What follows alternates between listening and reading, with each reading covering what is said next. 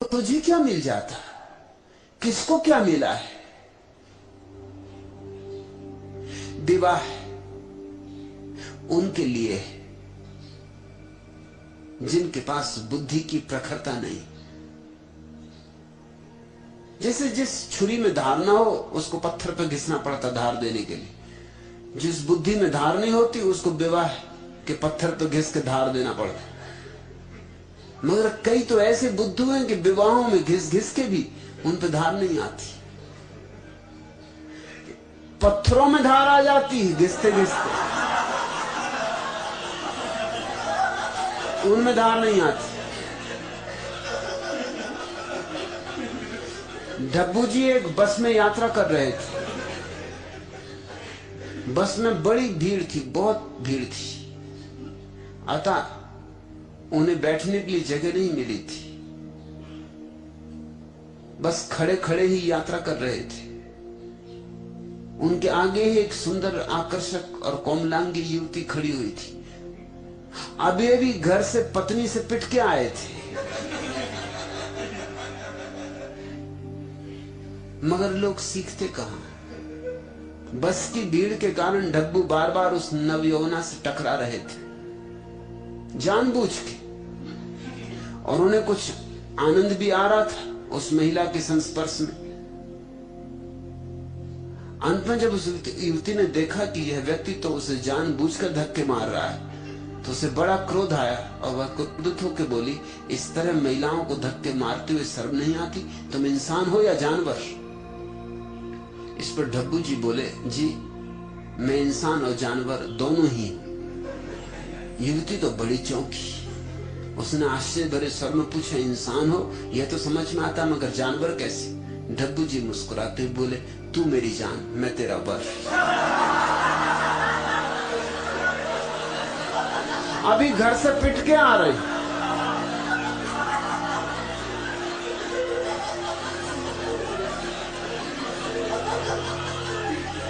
लेकिन कुछ लोगों में बुद्धि आती ही नहीं।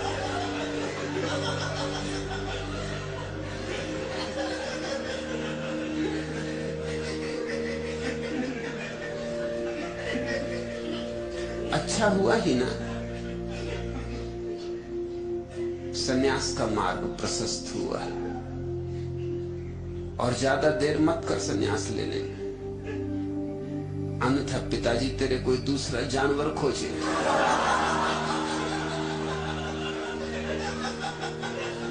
एक जानवर भाग गया, पिताजी इतने से तेरे हताश नहीं हो जाएंगे, वो कोई दूसरा खोजेंगे। तू तो समझ की झंझट मिटी,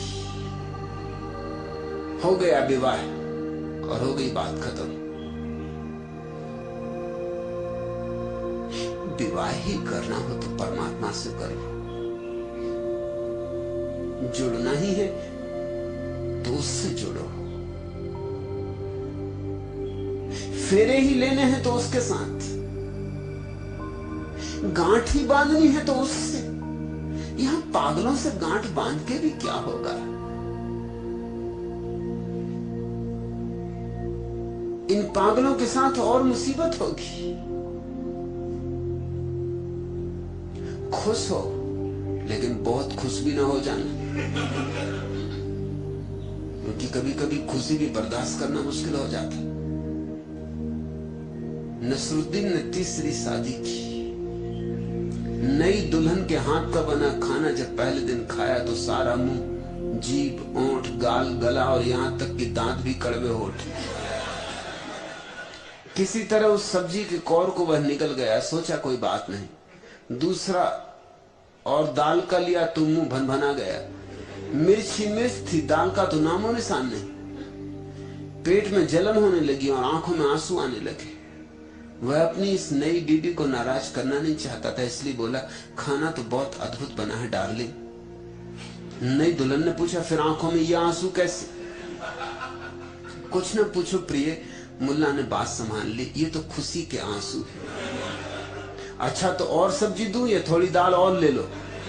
नहीं डार्लिंग, नसरुद्दीन ने रुमाल से आंखें पोंछते हुए कहा, मैं दिल का मरीज हूं, इतनी ज्यादा खुशी एक साथ बर्दाश्त न कर पाऊंगा।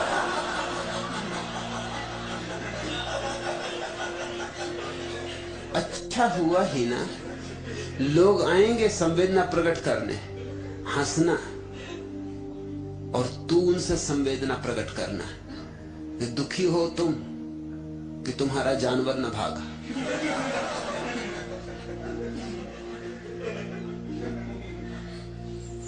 मेरा भाग गया, इसमें दुख का क्या कारण? जरूर लोग आ रहे होंगे, लोग बड़े अजीब हैं, ऐसे मौके नहीं छोड़ते।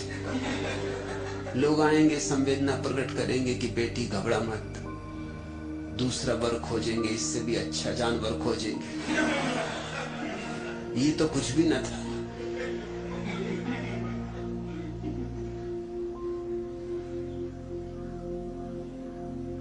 वो सोचेंगे कि बहुत बड़ी दुर्घटना घट गई तेरे ऊपर। तू हंसना और उनसे कहना कि कोई चिंता ना करे, मैं नहीं छूट पाती, शायद तेरे थोड़े लगाव थे उस युवक से, इसलिए तू छूट नहीं पाती उससे। वो युवक खुद ही भाग गया, उसका धन्यवाद कर। अपनी झगड़ालू बीबी से तंग आकर मुल्ला नसरुद्दीन ने एक दिन कहा, तुमसे विवाह करके मुसलमान होते हुए भी मुझे हिंदुओं के धर्म ग्रंथों में श्रद्धा उत्पन्न होने लगी। श्री रामचरितमानस में बाबा तुलसीदास ने सच ही कहा है, ढोर गंवार शूद्र पशु नारी ये सब ताड़न के अधिकारी। रामायण की इस चौपाई में मेरी भी पूरी श्रद्धा है, गुलजान बोली, क्योंकि 5 चीजों में से मैं तो सिर्फ नारी ही हूं, बाकी 4 तो आप।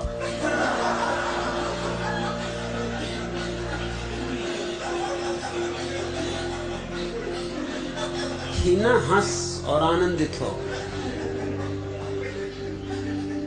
जान बची और लाखों पाए, लौट के बुद्धू घर को आए।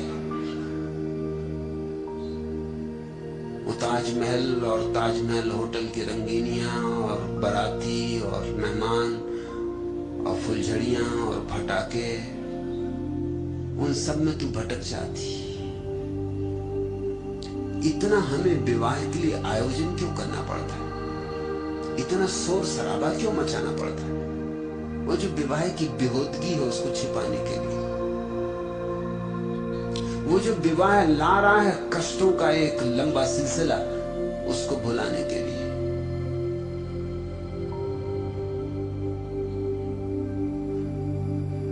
दूल्हा को बिठा देते हैं घोड़े पर, जो कभी घोड़े पर नहीं बैठा, उसको कहते हैं दूल्हा राजा है। पहना देते हैं मोर मुकुट, कपड़े पहना देते हैं सम्राटों जैसे, फूल मालाओं से लाद देते।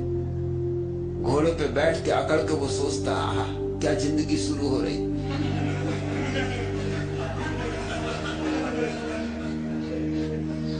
अरे घोड़े से पूछ कि ऐसे कितने बुद्धुओं को पहले भी पार करा चुका है।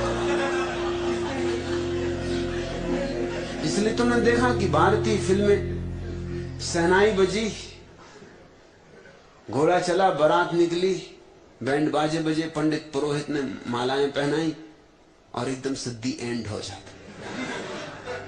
क्यों एकदम शहनाई बजती और फिर दी एंड, अंत आ जाता? उसका कारण है कि उसके बाद की कथा कहने योग्य नहीं है। उसके बाद जो होता है उससे भगवान ही बचाए। जया, तू तो चिंतित नहीं है, मुझे पता है, लेकिन तेरी चिंता बेटी के लिए स्वाभाविक है। तू तो जीवन के अनुभव से सीखी है, परिपक्व हुई है। तुझे तो एक प्रौढ़ता मिली है, वही प्रौढ़ता तो तुझे मेरे पास ले आई है। उसी प्रौढ़ता ने तुझे सन्यास के जगत में प्रवेश दिलवाया, और दूसरों का सन्यास इतना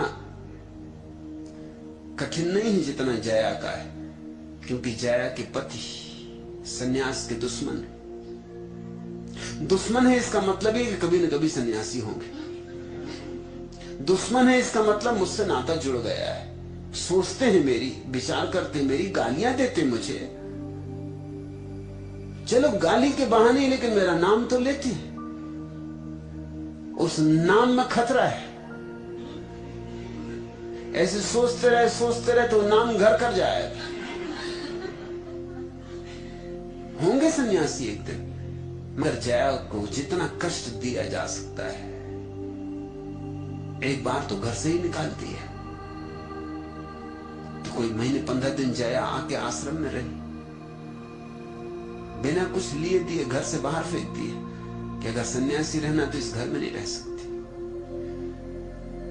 तो जया जानती है कष्ट, लेकिन जया उसके लिए भी राजी थी। तो तुम सोच सकती है हिना कि पति को छोड़ने को राजी थी तेरी माँ, बच्चों को छोड़ने को राजी थी तेरी माँ, जिनसे उसका बहुत प्रेम है, तुझे छोड़ने को राजी थी और तेरे लिए उसका बहुत लगाव है, लेकिन सन्यास छोड़ने को राजी नहीं थी। तो जो जिंदगी ने नहीं दिया है वो सन्यास ने दिया होगा। अच्छा हुआ तू सन्यासी बन। और जब जया को तेरे पिता नहीं हरा पाए तो तुझे क्या हराएंगे? थोड़े परेशान होंगे, शायद ना भी हो। शायद तेरा सन्यास उनके जीवन में भी रूपांतरण का कारण बन जाए। निमित्त क्या बन जाए कुछ कहा नहीं जा सकता। कौन सी छोटी सी बात निमित्त बन जाएगी। एक तिनका कहते हैं ऊंट को बिठा देता। मनोबोझ था और ऊंट नहीं बैठा, और एक तिनका और ऊंट बैठ गया। बस उतने ही तिनके की कमी थी। हो सकता है तेरा सन्यास उनके जीवन में भी एक नया द्वार खोल दे, इसलिए भयभीत ना हो। और ध्यान रखना कि मेरा सन्यास प्रेम के विरोध में नहीं, मेरा सन्यास जीवन के विरोध में नहीं। सन्यास के बाद भी तेरे जीवन में अति प्रेम उठे तो प्रेम को जीना कोई मना ही नहीं। सन्यासी हो गई तो कभी तू प्रेम को न जी सकेगी, ऐसा नहीं। सन्यासी होने का अर्थ ही है कि अब हम पूरे प्रेम को जिएंगे, समग्रता से जिएंगे। लेकिन विवाह की भाषा में सोचो ही मत। अगर प्रेम की छाया की तरह विवाह घट जाए तो एक बात है, लेकिन यह आशा छोड़ दो कि विवाह के पीछे प्रेम चलेगा। विवाह के पीछे प्रेम नहीं चलता। विवाह से प्रेम का क्या संबंध है? प्रेम के पीछे विवाह चल सकता है, लेकिन इससे उल्टा नहीं होता। और हम इससे उल्टा ही करने में लगे। हम पहले विवाह करते हैं, हम सोचते हैं कि विवाह होगा फिर प्रेम होगा। बस हमने गाड़ी के पीछे बैल जोत दिए। अब न गाड़ी चलेगी न बैल चलेगी। बैल नहीं चल सकती गाड़ी की वजह से, क्योंकि गाड़ी आगे जुती। और गाड़ी कैसे चले? क्योंकि उसके आगे बैल नहीं। अब एक कलह शुरू हुई। बैल गाड़ी के आगे होने चाहिए तो गाड़ी चल सकती है। प्रेम सूत्र है, अगर उसके पीछे विवाह आ जाए तो ठीक, अनिवार्य भी नहीं है। प्रेम बिना विवाह के भी जिया जा सकता है। सच तो यह है, विवाह कुछ ना कुछ प्रेम में अड़चने डाल देता है, क्योंकि विवाह के साथ आती हैं अपेक्षाएं, विवाह के साथ आता है आग्रह, विवाह के साथ आता है एक दूसरे पर दावेदारी का रुख, विवाह के साथ आती है राजनीति कि कौन मालिक, कौन प्रमुख। पुरुष समझता है कि वो घास है, स्त्री में क्या रखा है? स्त्री तो नरक का द्वार है। और पुरुष समझता है वो बलशाली है, इसलिए स्त्री को दबाने की हर चेष्टा करता है, मालकियत जमाने की पूरी कोशिश करता है। उसी मालकियत जमाने में प्रेम मर जाता है। प्रेम तो फूल जैसी नाजुक चीज है, इस पे जोर से मुट्ठी बांधोगे मर जाएगा। और स्त्री भी पीछे नहीं है कुछ पुरुष से, वो उसकी अलग तरकीबें।